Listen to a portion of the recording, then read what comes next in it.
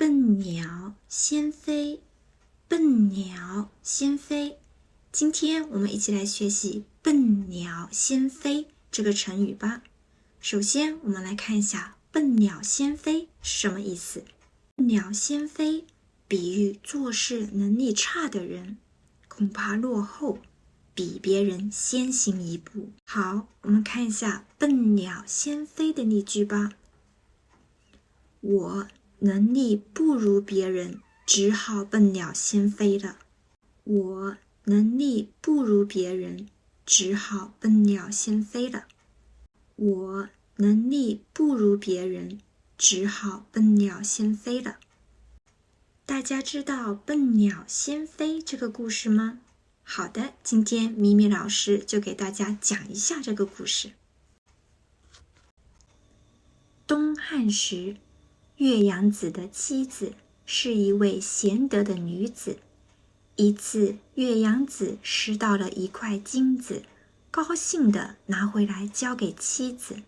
妻子说，有志气的人会严格要求自己，把捡来的东西拿回家是败坏自己的名声。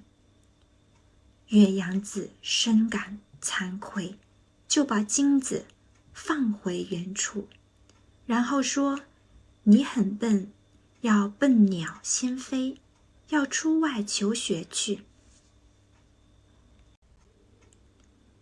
所以岳阳子就出外求学去了。但1年后，岳阳子因为思念妻子，返回家中。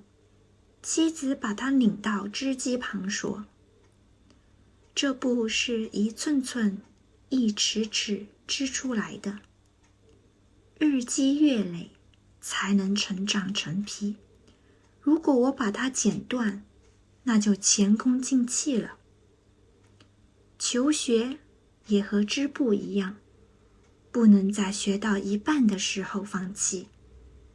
岳阳子深受感动，又回去求学了。7年没有回家。好的，今天我们又一起学习了一个新的成语故事，笨鸟先飞。明天我们继续学习新的成语故事吧。谢谢大家的观看，明天见，再见。